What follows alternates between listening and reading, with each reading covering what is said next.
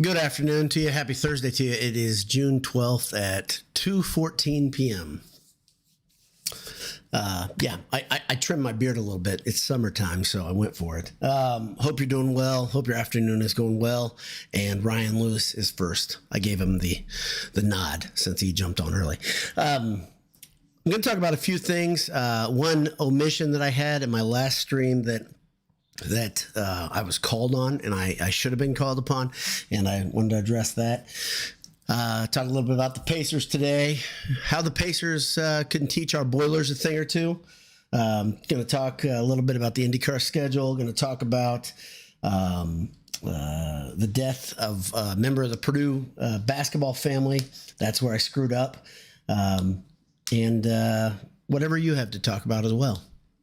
So before I do it, I want to thank the people that make some of the best gear, the best Purdue retro gear you can find, Homefield Apparel. Head over to homefieldapparel.com, enter Boiled25 at checkout, get 15% off. And also, when you're on campus and it's a lovely summer day and you're just up there just for the hell of it, head towards the fire station. When you get there, scan around, because I don't know which direction you're coming from. Scan around and then find the AJ sign. It's blue, it's black, it's white, it's wonderful. Go into AJ's, say hi, yell Boiled, and even if you don't yell Boiled, even if you forget that you heard about AJ's from Boiled Sports, you're still going to get great service, you're still going to get great food, and you're going to have a good time all around. Pub fare. Burgers, beef, beer, perfect for summer, by the way. It's AJ's, eatajs.com. I kind of like them. All right, so what can Matt Painter and our Purdue Boilermakers learn from the Indiana Pacers? And what is applicable in what we watched last night in Indianapolis? I'm biased. I'm a Pacers fan. You've heard my spiel about being a fair weather fan, if you want. I do not get my heart ripped out like I do when Purdue loses. But damn, I'm starting to feel pretty good about the possibility of the Pacers being world champs. It's pretty awesome. It'd be pretty fun to see. And how are they doing it? Well, they're doing it because they're coming from all directions on their opponents. Doesn't matter which opponent they played in the playoffs this year. They've hit them hard from different places, and it's been very guard heavy. When they've needed to, they've had big men shoot the three, which is something Purdue's going to do a little bit more of next year. Purdue has 2, maybe 3 big men. We'll see. That can bomb with the deep ball. But one of the big things, so like when I look at this, I look at the Pacers and I do a 5 cent analysis. A lot of you guys know more about basketball than me. A lot of you guys know a hell of a lot more about the NBA than I do. I'll admit that. But here's what I've seen over and over and over. The Pacers play with a ton of pace. Makes them fun to watch, right? They score a lot. Their defense creates offense. And they do shoot the three a lot. They live and die by it. But one other thing they do, one other thing that I think is missed by many people, especially in this playoff run, is and I was critical of it last stream. If you remember back, they put guys on the bench at key times to give them rest. Okay, at the end of the game, though, you get a very fresh version of those starters. And the Pacers flat out wear teams down in the fourth quarter because of that pace that we just talked about, and because of the fact that guys are rotated in and out, and you'll see a lot of different looks. They wear teams out, and you get the best version of those great players in the fourth quarter. Specifically, Tyrese Halliburton. When the chips are down, he has been awesome in the playoffs. Everybody knows it. Everybody's seen it over and over. Last night, 22 points, I think 11 boards and 9 assists. He's a guy that stuffs the stat sheet. Well, guess what? Purdue also has a point guard that stuffs the stat sheet. Does it a different way. His style is different. I'm not saying Braden Smith is Tyrese Halliburton or vice versa. I'm also not saying Purdue equals the Pacers. But what I am saying is there are some learnings that perhaps Purdue can bring into the fold. Another thing the Pacers seem to do is when it's clicking, when it's working, like I said, the scoring comes from all directions. The energy comes from all directions. The defense comes from all directions. And it'll come from unexpected places at times. A guy will come off the bench, give him a shot in the arm. And that is something that Matt Painter has always believed in, that some nights it's going to be your turn, some nights it's going to be your turn. Everybody get ready. Everybody stay ready, right? Last night, Mathurin and O'Connell were both great. I think they combined for The bench combined for 45 points, I think. Purdue has some similarities. And if you don't see it, maybe you don't know Purdue's roster all that well. But if you're here, chances are you do know Purdue's roster pretty well. And right away, when I look at Purdue's roster and the similarities, I start going, oh boy, this could be the reason there's so much optimism. When you look at that comparison, Matherna and O'Connell coming off the bench. What about Omer Meyer and Jakari Harris coming off the bench? Jakari Harris is the guy that can heat up quickly. He's probably not going to start. CJ Cox is going to start, at least at the beginning of the year, I believe that. And so either way, regardless of those interchangeable parts, Meyer, Cox, Harris, right? Those three guys, probably one of them was going to start. And when you have guys coming off the bench who are that good, who are that ready to score, who are that, two of those three, we know they're good defenders. The third one, Omer Meyer, has admitted he needs to work on defense. That's part of the reason he wants to come play for Painter, because he wants to get ready to go play professional basketball in the NBA, moving across the pond. He's a work in progress there. And I think that will actually keep him on the bench a little bit longer than many Purdue fans would like to see.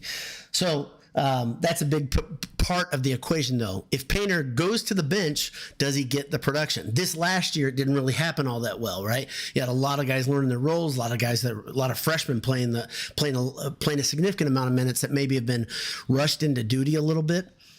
But not next year. Next year, it's going to be a little bit different. And when you bring in let's say you bring Omer Meyer in for Braden Smith. And Braden Smith actually gets to sit for 2-3 minutes at a time. Granted, he's not going to sit for 4 or 5 like Halliburton does at times in the second quarter for the Pacers, but he gets to sit 2 or 3 minutes to end the first half. And then maybe he gets to have another spell of 30 seconds to a minute. His minutes are going to start creeping down a little bit, but it could be for a much better situation for our Boilermakers in the long run.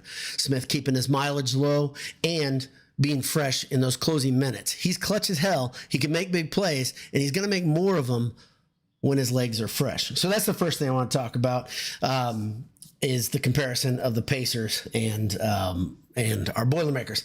Second thing, I dropped the ball, and I wanted to admit this. I wanted to talk about it. Purdue lost a member of the basketball family. Geron Cornell died, I think, a week ago, a little over a week ago. He was at Purdue from 96 to 2000. He was a very, very good player. 12 points, 3 boards, 2 assists a game. In high school, he was known for a big 3-pointer that he hit in the 94 state championships, playing for South Bend Clay. They beat Valpo 93-88. I do have notes. I had to have notes here. After he graduated from Purdue, after he left Purdue, he played for the CBA Gary Steelheads, along with Carson Cunningham and Chad Austin. By every account I've heard, Cornell, his nickname Jay Cool, was just a really good guy. I met him. I interacted with him. My biggest interaction with him was when my brother-in-law came on campus. My brother-in-law, I've known him since he was 6 years old, because my wife and I dated for a long time before I got married. And my brother-in-law was just on campus. I think he had a day off school. And so we went over, if my memory is serving correct, maybe my brother-in-law can sound off because he comes on here sometimes. But we went over, we watched some basketball practice. And then afterwards I said, well, I'll go get some autographs. And I think he met Geron Cornell. He met, I want to say Cardinal. I bet he remembers. But the funny thing is, my brother-in-law ended up going to Purdue. Maybe that day had something to do with it. A lot of Boilermakers came through both of our families, my wife and I's family. But Cornell was super kind to my brother-in-law when he was young, 7 years old. So good guy from what everybody. I've heard other accounts, and they know more than me. But big loss, 48-year-old guy. Seems like a good guy too. He was a program director of a charity called Heroes Camp in South Bend. I looked a little bit up about that. Really cool. I wanted to get this correct. Their mission is providing a godly example of what a father is to look like, to help alleviate the pressures of the single parent household. That moves me. I think that's a great a great thing to be a part of. Cornell didn't found it, but he was a big part of it. And in case you didn't know that, I just wanted to give him some credit for what he did in his life, and say that I'm saddened by the loss of Geron Cornell. Don't want to dwell on this too long, but very sad thing. Young man, was not married, from what I know. When I say young, I'm speaking through a prism of a guy who turns 50 in a month, and some of you guys may not see that 48 is young, but you will one day. And it's tough. It's really tough. The death was ruled natural causes by the people that investigated. So not that it matters. It's still too young.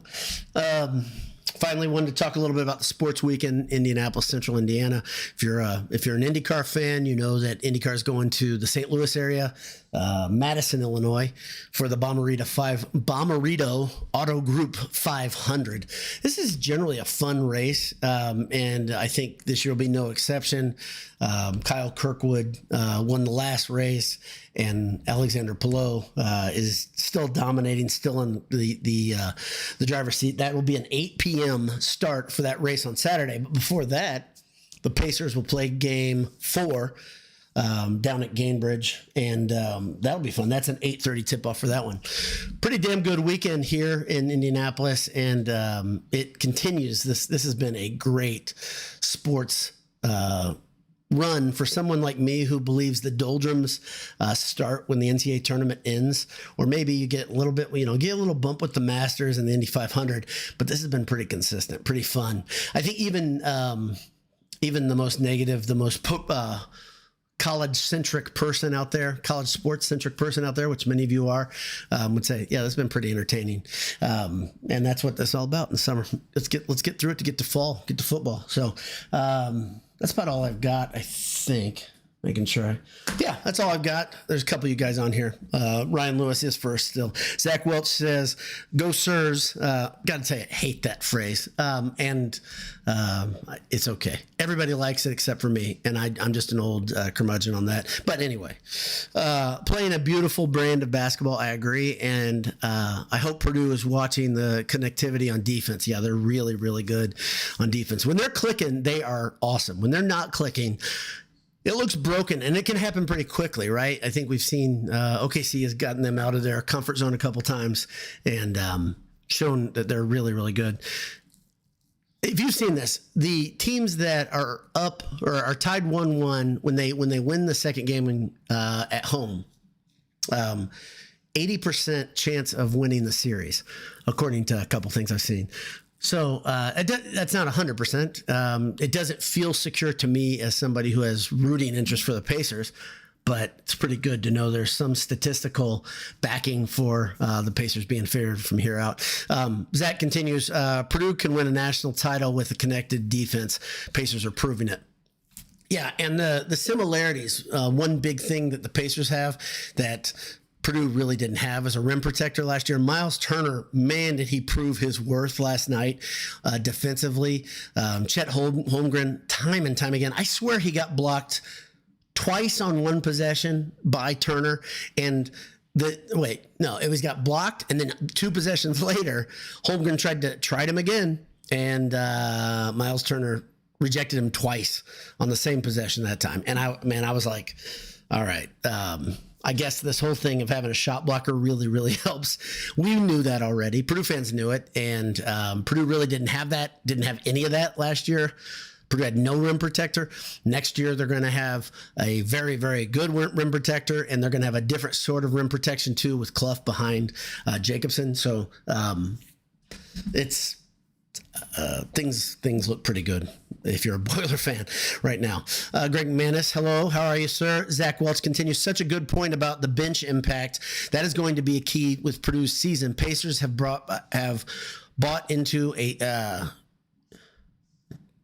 stars in their roles. Be stars in your role. Okay, be stars in their roles. Yes, I apologize. Hope Purdue also buys in. Lots of lessons to be learned there. Agreed. One thing that I thought, and I talked to my wife about this, I said, this has happened before. Historically, the Pacers stars, typically aren't at the level of their opponent's stars, especially when you get down to the Eastern Conference Finals and the championship. I think back to that 2000 run, you had to run into Kobe and Shaq. Holy crap, right? I mean, like, you're dealing with absolute generational brand of basketball from the Lakers then. I would even argue, the Knicks, Purdue, Pacers had Miller. But the Knicks, man, they were filled with beasts, and Patrick Ewing, I think maybe have been a little bit past his prime at that point, but he was probably the best player on the court. Miller was second best, and then you had just a bunch of physical dudes. And the Pacers out physicaled the Knicks, which a lot of people don't remember it that way, especially if you live in the Northeast. But that's what happened. Antonio Davis, Dale Davis, even Rick Smits, they were tough. And the Knicks were tough, Pacers were tougher. So, but now you've got a different thing happening. The Pacers' firepower, the weird thing is I was always taught, you were probably always taught too, the trite phrase, defense wins championships, especially in football. But people used to say that in basketball too. And as Purdue fans, we'd always get frustrated as Purdue's defense was not able to combat really, really good offense when the chips were down, when it was Purdue versus whomever in the final, Elite Eight, Sweet 16 sometimes. You'd run into a team that had a bunch of All-Americans and Purdue could do nothing about it. They couldn't really stop those guys with their good team defense. Well, the Pacers have good team defense and they also have offensive firepower. Guess who has that next year? Again. And I'll loop it back to being a Purdue-centric thing.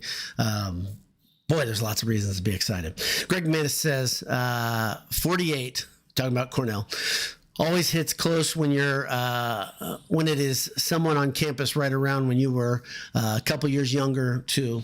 RIP. Yeah, he's actually old for his class because he's close to both yours and my age, Greg. It does hit hard. That's the humanity of us, right? We hear somebody dying and you start relating right away because they're in the same stage of life. That's tough. That's just tough. And yeah, I'm a Christian. I understand my days are counted. God knows of the plan better than I do. I think Cornell was a person of faith as well. So there's some solace in that, but still it's just so hard. It's so hard because you always think, for me, I love potential being reached. I hate seeing potential that's unreached. I don't care what it's in. I just hate that because I'm like, that's just such a loss. So many people are more talented than me, but they never get to, let's say, the level of an awesome podcast stream like mine. That's a joke. But it sucks when somebody doesn't reach their potential and doesn't, and their life is cut short for whatever reason. It sounds like it was heart or something sudden. And it just makes you think we all should count the days too. So just take advantage of the time we have. Sorry, that was a major downer. Zach Welch says, also, this is looking ahead a bit too far, but Luke Ertl, yeah, I talked about him last stream. You can definitely talk about him. Getting lots of love this summer. Love that Painter keeps finding these hidden gems early in the process. Painter is an incredible assessor of talent. There is no other way about it. His coaching staff is also designed in a way and learned. They are very, very good assessors of talent. Now, Golden Black talked about this yesterday. I think Newbert and Schultz talked about it, that Ertl is just outside of the top 100. He's 101st according to On3, and soon On3 and Rivals are coming together, which there's all sorts of interesting, ironic things if you know the Purdue side of that. But Newbert made the point that because of athleticism and sizzle, Ertl wouldn't have been this high 10 years ago, but maybe some of those rankings are figuring things out, especially when Matt Painter assesses somebody. Generally, they're pretty solid. So he'll be in the top 100 very soon, probably after this summer session of AAU. And he was invited to an NBA camp of sorts too. So yeah, he's tearing it up. Dan Kinowski says the Pacers can teach any team how to win. It's about the team and every single player buying in. Agreed. Paint gets it, and so do our returning seniors. The rest of the guys buy in, and we'll have a special year. It's going to be a special year. And the reason you know it's going to be a special year is you've got guys that are rock solid, and they have bought in, and they continue to buy in, and they understand their role. Painter, Purdue, the coaching staff has done a great job of getting guys to say, you may not get the minutes that you would someplace else. You may not get the start that you would someplace else. And they, because of that selflessness, the team is better, and it just keeps happening because there's the system there. It's excellent. It's excellent to be a fan of a team like that. Like I say, we are spoiled rotten with the culture. There are many, many programs, many not far away, that wish they had Purdue's built-in culture, but that culture wasn't built easily. It was made over years of failure and figuring things out. And we all remember the bad seasons when Painter kind of figured out the switch of who to recruit, how to recruit them, because of hard lessons. But incredible coaching staff. And boy, it's a lot of fun to cheer for the Boilermakers. Greg Manis says, Paint just needs to make sure Ertl puts ink to paper on signing day. This is part of the reason you guys know, I know Greg does. Not all you guys on here have been coming to the stream or coming on Boiled Sports very long, but I generally don't fall in love with recruits, and I don't like to talk about him a whole bunch. Ertl seems like a guy who's pretty solid at Purdue. I grew to hate recruiting in the early 2000s, both in football and basketball. There are so many near misses or near hits, I guess. So many guys that almost came to Purdue. I think of Bradley Beal. I think of, what was that kid's name out of Trotwood, Ohio? The wide receiver for a football team that Purdue had to go to his house on the morning. He still didn't sign with Purdue, and he had verbaled forever. Think about the safety from Notre Dame who ended up playing the NFL, pretty darn good player. I can, and I've watched these guys after they choose not to go to Purdue, and then I'm like, dang it. I mean, even Jalen Brunson, I think, had Purdue in his final three, if I remember correctly. Then you have a couple kids from Fishers that did that. Yeah, there's a lot of them. There's a long list. And Harris, what's his name? Is it Gary Harris, right? Yeah. It happened a lot. And so I said, you know what? I'm not going to believe until they're signed. Now it's even trickier because some guys they sign and then they find greener pastures almost right away. So recruiting's tough. So agree though, Greg. Kevin in Albuquerque says, glad to catch one of these live while I wait for lunch. Good day to you and all of Boiler Nation down. Same to you, Kevin. Hope you enjoy your lunch. Hope you have something very, very delicious. I believe you're still in Albuquerque. For me, I stay away from the green chilies, even though I love them.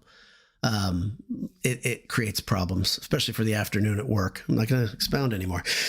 Zach Young says, I'm not the biggest NBA fan. Me neither, Zach. But I think any unlikable trait watching any form of basketball any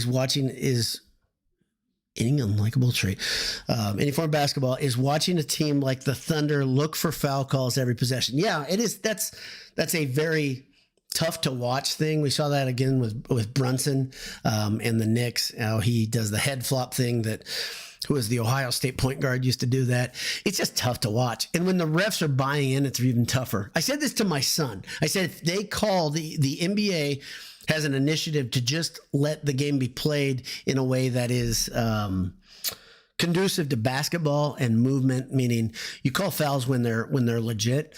I think the Pacers win. I said it to him via text. I could take a screen cap. He thought I was crazy because he just thought Oklahoma City's that much better than the Pacers.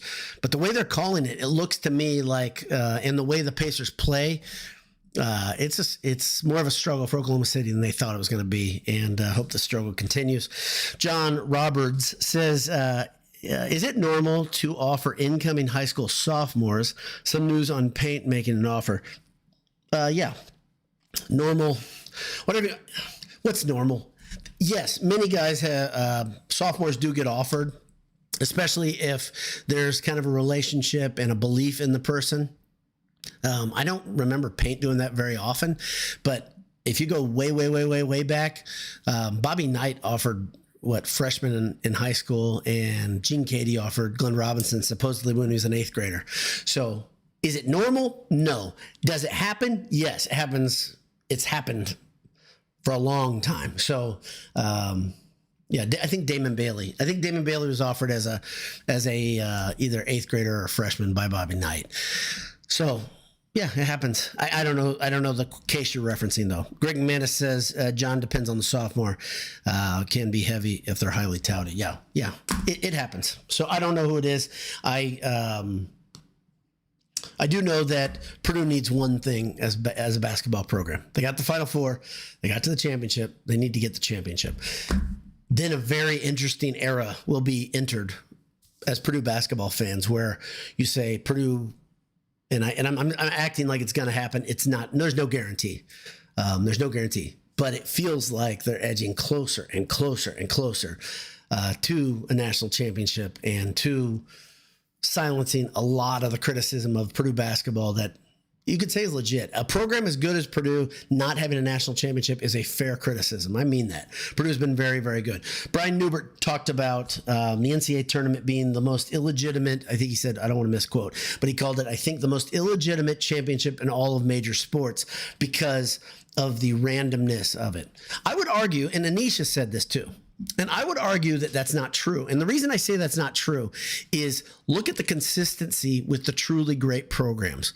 Why is it Coach K? Coach K was consistently in the Final Four and won a lot of championships. I know he had talent, but also he knew something. Talent didn't get it done by itself, right? Why is it that even though Roy Williams couldn't get over the hump at Kansas, he came close over and over and over, and then finally got to North Carolina. He won a couple national championships. Doesn't seem random if there's consistency of teams getting back to it. The Blue Bloods get there, right? I would say the consistency comes from talent. The consistency comes from systems. The consistency comes from buy-in. Some things that Purdue is really new at this, having talent that can match anybody's on the court, and Purdue really does. And this era has scrambled so many things for who's got talent, who doesn't, what type of talent are you going to, how are you trying to build your program, and Painter's consistency of what he's looking for in players and how he's building the program has been incredible. But the bigger part, the bigger story is the buy-in for guys staying when so many guys are heading for the hills, heading for greener pastures, heading for the other side of the fence, however you want to say it. And having 3 seniors on a starting team is a big deal. And these guys aren't guys that were just brought in for a year. They aren't guys that were bought. They are guys that have been there. So one more comment here. It looks like Nita being versed. Ari Andrew says, this was a welcome break of the day. Thanks for being here. Thanks for popping on, and hope the BS crew and the audience are having a great week. As for me, I am having an excellent week. Excellent week. Just got a lot better this morning, and so same to you. Hope it's good. Let's see. 27 minutes. I don't know if that's a quick cast, but it's close. I've been better at this. I don't know if I'll relabel this as a quick cast like I did the other one, but maybe I will. Under 30.